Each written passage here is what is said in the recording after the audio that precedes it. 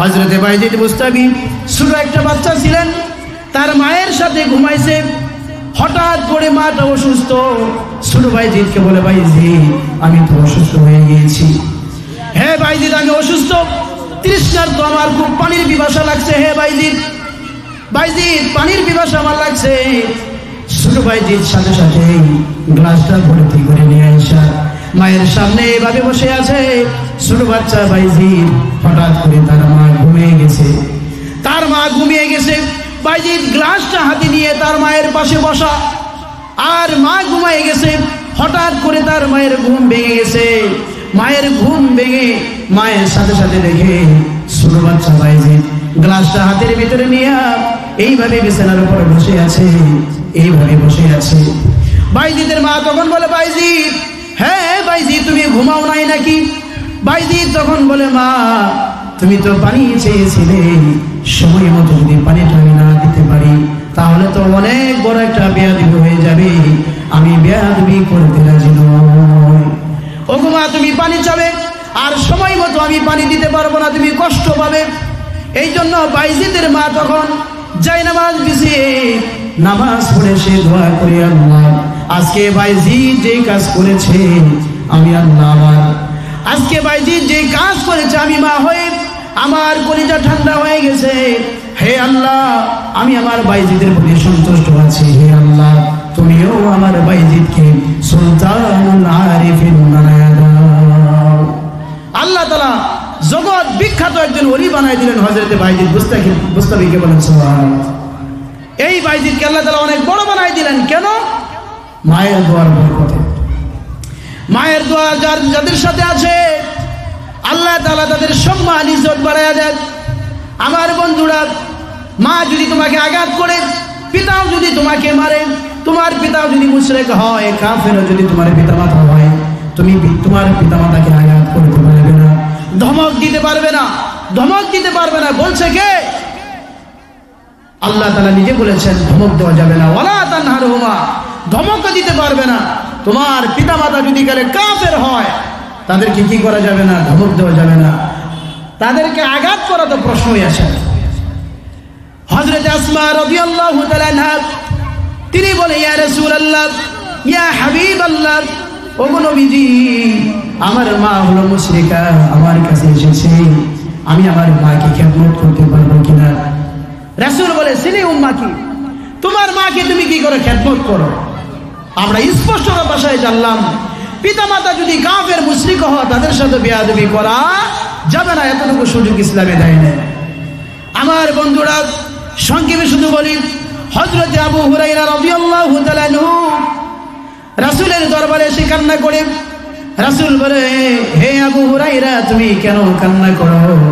হযরত আবু হুরায়রা বলে, ইয়া রাসূলুল্লাহ, ইয়া হাবিবাল্লাহ, গতকালকে আপনার এই দরবার থেকে বাড়িতে ফিরতে আমার রাত হয়ে গিয়েছিল। রাত হওয়ার কারণে আমার মা আমাকে মেরেছে। আমার মা বলেছে, আমার মা আমাকে প্রহার করেছে, আঘাত করেছে, ক্ষত করেছে, আর বলেছে হয়তো তুই মুহাম্মদের দরবারে ছেড়ে দিবি আর না হয় বাড়ি থেকে চলে যাবি।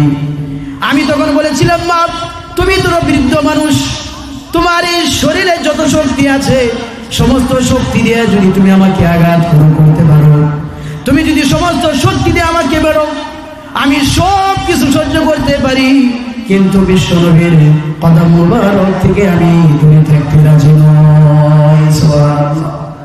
তখন আল্লাহ রাসূল কি বলেছিলেন জানেন? আল্লাহ রাসূল তখন বলে, হে আবু হুরায়রা, তোমার মা তোমাকে আঘাত করছে, আর তুমি তোমার কথা দ্বারা কি বোঝাতে চাও? তোমার মা আঘাত করছে আর তুমি আমাকে অভিযোগ করছো? তুমি কি আমার কাছে নালিশ করছো? আমার কাছে কি তুমি বিচার দিতেছো তোমার মায়ের নামে? হযরত আবু হুরায়রা তখন বলে, ইয়া রাসূলুল্লাহ, ইয়া হাবিবাল্লাহ, আল্লাহর কসম করে বলি আমার মা আমাকে মেরেছে, আমি আমার মায়ের নামে অভিযোগ করতে চাই না, আমি শুধু বলতে চাই আপনি হলেন ওয়া আরসালনাকা ইল্লা রাহমাতাল লিল আলামিন, বিশ্ব নবী হলেন আপনি। আপনি যেই দোয়াটা করবেন, আপনি দোয়া করতে দেরি হবে, আল্লাহ তাআলার দরবারে কবুল হইতে দেরি হবে না। আপনি হেদায়েতের দোয়া করে দেন, আমার মা যেন মুসলমান হয়ে যায়। আল্লাহ রাসূল সাল্লাল্লাহু আলাইহি ওয়াসাল্লাম দোয়া করে দিলেন, হে আল্লাহ, হে আল্লাহ, হে আরশে আজিমের মালিক, হে আল্লাহ, আবু হুরায়রার মাকে তুমি হিদায়াত দান করে দাও। বলেন সুবহানাল্লাহ। হে আল্লাহ, আবু হুরায়রার মাকে তুমি ঈমান নসিব করো। বলেন সুবহানাল্লাহ। সাথে সাথে আবু হুরায়রা আল্লাহর নবী দু হাত তুলে মুনাজাত করে, আর আবু হুরায়রা এই কথা শুনে দৌড়াইতে থাকে। রাস্তার ভিতরে লোকজন তার জামা ধরে টান দেয় আর বলে, আবু হুরায়রা অনেক ভদ্র ছিল, অনেক ভালো ছিল। ভালো ব্যক্তি যদি রাস্তা দিয়ে দৌড় দেয়, দেখবেন মানুষে কিন্তু বলে, হাই হাই তুমি ভালো মানুষ, দৌড়াও কেন? বলে না মানুষের, তুমি ব্যক্তি ভালো কেন দৌড়াও?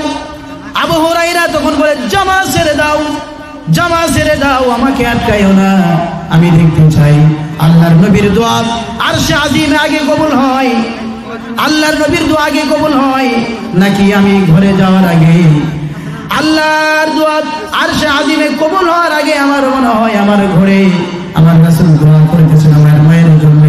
আমি দেখতে চাই আমার মায়ের দোয়া, আল্লাহ রাসূলের দোয়া আমার মায়ের জন্য কবুল হয়েছে কিনা আমি দেখতে চাই। আমাকে ছেড়ে দাও, আমাকে ছেড়ে দাও, আমি দেখতে চাই রাসূলের দোয়া কতটুকু কবুল হয়েছে। এই জন্য আমি দৌড়াইতেছি। হযরত আবু হুরায়রা দৌড়ায় বাড়িতে যান। বাড়িতে যাওয়ার পরে দরজায় করে টক টক করে আওয়াজ করে, আওয়াজ এইভাবে শোনার সাথে সাথেই তার মা ভিতর থেকে বলে, কে আসছে, কে আসছো তুমি? হযরত আবু হুরায়রা বলে, হে মা, আমি তোমার সন্তান আবু হুরায়রা এসেছি। হযরত আবু হুরায়রা লক্ষ্য করে দেখে তার মায়ের সেই কণ্ঠটা একবারে নরম তবিয়তের। বলেন সুবহানাল্লাহ। হযরত আবু হুরায়রা মনে মনে ভাবতেছেন, আমার মনে হয়ে গেল এই বুঝি তাওহীদের গন্ধ আমার মায়ের মুখ থেকে পাচ্ছি। সুবহানাল্লাহ। আমি আমার মায়ের কথার ভিতরে বুঝতে পারছি আল্লাহর নবীর দোয়া 100% কবুল হয়ে গেছে। সুবহানাল্লাহ। মা যখন দরজা খুললো, দরজা খোলার সাথে সাথেই মায়ের দিকে যখন তাকায়, বুড়া মানুষ, চুলগুলো একেবারে সাদা হয়ে গেছে। তখন দেখে সেই মায়ের চুলের সেই আগা থেকে টপ টপ করে পানি পড়ে। তখন তার মা বলে, হে আবু হুরায়রা, তোমাকে যে আমি আঘাত করেছিলাম, হে আমার বাবা, তোমাকে আমি আঘাত করেছিলাম, আঘাত করার পর আমি লজ্জিত হয়েছি। আমি মনে মনে ভাবতে লাগলাম, তুমি তো অন্য কোনো কারো দরবারে যাও নাই, তুমি তো মুহাম্মদ সাল্লাল্লাহু আলাইহি সাল্লামের দরবারে চলে গেছো, তুমি তো মুহাম্মাদের দরবারে ছিলা, তুমি তো নবী মুহাম্মদুর রাসূলুল্লাহর দরবারে ছিলা, অন্য কোথাও তো তুমি যাও নাই। কাজেই আমার আর দেরি করো না, আমি গোসল করে তৈরি হয়েছি, আমাকে বিশ্বনবীর দরবারে নিয়ে চলো, আমাকে বিশ্বনবীর দরবারে নিয়ে চলো। হে আবু হুরায়রা, আমি কালেমা পড়ে মুসলমান হয়ে যেতে চাই। সঙ্গে সঙ্গে হযরত আবু হুরায়রার মা পড়ে নিল, লা ইলাহা ইল্লাল্লাহু মুহাম্মাদুর রাসূলুল্লাহ। দেখেন আল্লাহর নবীর দোয়া মঞ্জুর হয়ে গেল, আবু হুরায়রার মা মুসলমান হয়ে গেল। বলেন সুবহানাল্লাহ। তাহলে দেখেন আবু হুরায়রার মা ছিল মুশরিক, মূর্তি পূজা করত, কিন্তু তারপরেও তার মা আঘাত করছে, কোনোদিন প্রতি উত্তর দেয় নাই, পাল্টা আঘাত করে নাই। আজকে দেখা যায় আমাদের সমাজের ভিতরে যদি বিয়ে করে বিয়ের পর দিন থেকে পৃথক হওয়ার চিন্তা ফিকির ছেলেরা করে, মা বাবা কি চিনে না,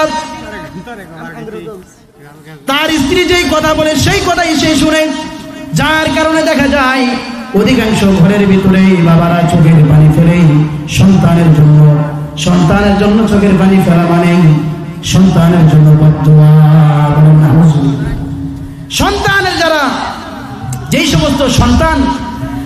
সমস্ত সন্তান পিতামাতার অবাধ্য হবে, মৃত্যুর সময় তাদের কালেমা নসিব হবে না, তাদের জিন্দেগির ভর যত কামাই রুজি, যত রুজি রোজগার করবে, কোনোদিন তারা শান্তিতে থাকতে পারবে না। তারা বাহ্যিক দৃষ্টিতে যদিও তারা কিছু টাকা উপার্জন করবে, কিন্তু শান্তি জিনিসটা আল্লাহ চিরকালের জন্য কেড়ে নেবে। বলেন নাউজুবিল্লাহ। আমার ভাইরা, আল্লাহর নবীর একটি সাহাবী ছিলেন, তার নাম হলো হযরতে আলকামা। নাম কি ছিল? হযরতে আলকামা রাদিয়াল্লাহু তাআলা আনহু। হঠাৎ করে সে অসুস্থ হয়ে যায়, মৃত্যুর শয্যায় শায়িত হয়ে যায় আলকামা। আলকামা রাদিয়াল্লাহু তাআলা আনহু এমন অসুস্থ হয়, মনে হয় বাঁচবে না। তার স্ত্রী শুনে চলে গেল, নবীজির কাছে যায়, বলে ইয়া রাসূলুল্লাহ, ইয়া হাবিবাল্লাহ, আমার স্বামী আলকামা মৃত্যুর শয্যায় শায়িত, মনে হয় বাঁচবে না, কালিমার তালকিন দিতে হবে। নবীজির সাথে সাথে হযরতে আম্মারকে, হযরতে বিলালকে পাঠিয়ে দিলেন, যাও আম্মারের হযরতে আলকামার বাড়িতে চলে যাও। আলকামার বাড়িতে যাইয়া আলকামাকে তাকলিন দেন, আলকামাকে তালকিন করে বলো লা ইলাহা ইল্লাল্লাহ মুহাম্মাদুর রাসূলুল্লাহ। এইভাবে যখন বলে, কিন্তু আলকামার মুখ দিয়ে কালিমা নসিব হয় না। অনেক চেষ্টা করে, কিন্তু আলকামা চেষ্টা করলে কি হবে, তার মুখ দিয়ে কালিমা বের হয় না। আল্লাহর নবীর কাছে চলে গেলেন হযরতে আম্মার, হযরতে বিলাল, যায় বলে ইয়া রাসূলুল্লাহ, ইয়া হাবিবাল্লাহ, আলকামার কালিমা নসিব হচ্ছে না। আমরা অনেকবার তাকে চেষ্টা করেছি, চেষ্টা করে আমরা ব্যর্থ হয়েছি, তার মধ্যে কালিমা বের হইতেছে না।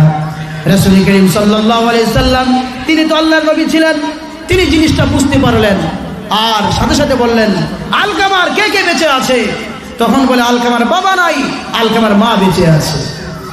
আমার বন্ধুরা, পর্দার আড়ালে মা ও বোনেরা গভীর মনোযোগ দিয়ে শুনবেন।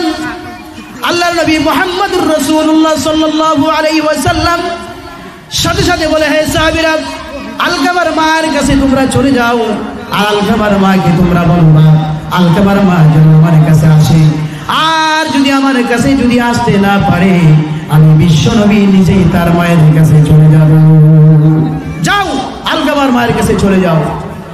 সাহাবী যায়, দেখে আলকামার মা একেবারে বৃদ্ধ বুড়া মানুষ, একেবারে বৃদ্ধ, লাঠি বর দিয়ে হাঁটে। আলকামার মায়ের কাছে যায়, বলে, বিশ্ব নবী মুহাম্মাদুর রাসূলুল্লাহ সাল্লাল্লাহু আলাইহি ওয়াসাল্লাম আপনাকে সালাম জানিয়েছেন। আলকামার মা তখন বলে, নবীজি আমাকে সালাম জানিয়েছেন, আমি দুর্বল, লাঠি ভর ভর করে হলেও নবীজির কাছে আমি চলে যাই। আবার সাহাবী বলে, শোনেন, আপনি যদি না যাইতে পারেন, বিশ্বনবী মুহাম্মদুর রাসূলুল্লাহ আপনার কাছে চলে আসবে। আলকামার মা তখন বলে, আমার কাছে বিশ্বনবী চলে আসবে, এত কষ্ট করে আসবে না, আমার মাতা পিতা রাসূলের উপর কুরবান হয়ে যাক, আমি আলকামার মা কষ্ট করে করে রাসূলের দরবারে চলে যাব। রাসূলের দরবারে যখন চলে গেল, রাসূলের দরবারে চলে যাওয়ার পরে রাসূল বলে, হে আলকামার মা, ঘটনা কি সত্যি করে বলো, তুমি যদি মিথ্যা বলো, আল্লাহ তাআলা আসমান থেকে আমাকে জানায় দিবে, আল্লাহ তাআলা ওহীর মাধ্যমে আমাকে জানায় দিবে, তুমি যদি মিথ্যা কথা বলো। ঘটনা কি? আলকামার কালেমা নসিব হচ্ছে না, কারণটা কি? তোমার ছেলে তোমার সাথে কি কোনো বেয়াদবি করেছে নাকি? আলকামার মা তখন বলে, ইয়া রাসূলুল্লাহ, ইয়া হাবিবাল্লাহ, আমার সন্তান, বড় আদরের সন্তান, 5 ওয়াক্ত নামাজ পড়ে, সাধ্য মোতাবেক দান সদকা করে, গরিব মানুষদেরকে দেখাশোনা করে, সমাজের উন্নয়নমূলক কাজ করে, কিন্তু আমার সন্তান বিয়ে করার পর আমার উপর তার স্ত্রীকে বেশি প্রাধান্য দেয়, আমার উপর তার স্ত্রীকে বেশি প্রাধান্য দেয়, তার স্ত্রীর কথা বেশি শুনে, আমাকে শুনে শুনে না, আমার সাথে সে বেয়াদবি করেছে। ইয়া রাসূলুল্লাহ, আমার সাথে সে বেয়াদবি করেছে। বিশ্বনবী মুহাম্মদুর রাসূলুল্লাহ সাল্লাল্লাহু আলাইহি সাল্লাম বলে, হে আলকামার মা, তুমি তো জানো না তোমার সন্তান যে তোমাকে কষ্ট দিয়েছে, তোমাকে কষ্ট দেওয়ার কারণে, তোমার সাথে বেয়াদবি করার কারণে তোমার সন্তানের মধ্যে কালিমা নসিব হচ্ছে না। যত তালকিন করা হোক না কেন, তোমার সন্তান কালিমা তার মুখ দিয়ে বের করতে পারবে না, কারণ তোমার মা কারণ তোমাকে কষ্ট দিয়েছে। এই জন্য আলকামার মা তখন বলে, ইয়া রাসূলুল্লাহ, আমার সন্তানটা অনেক ভালো, আমি কি করব?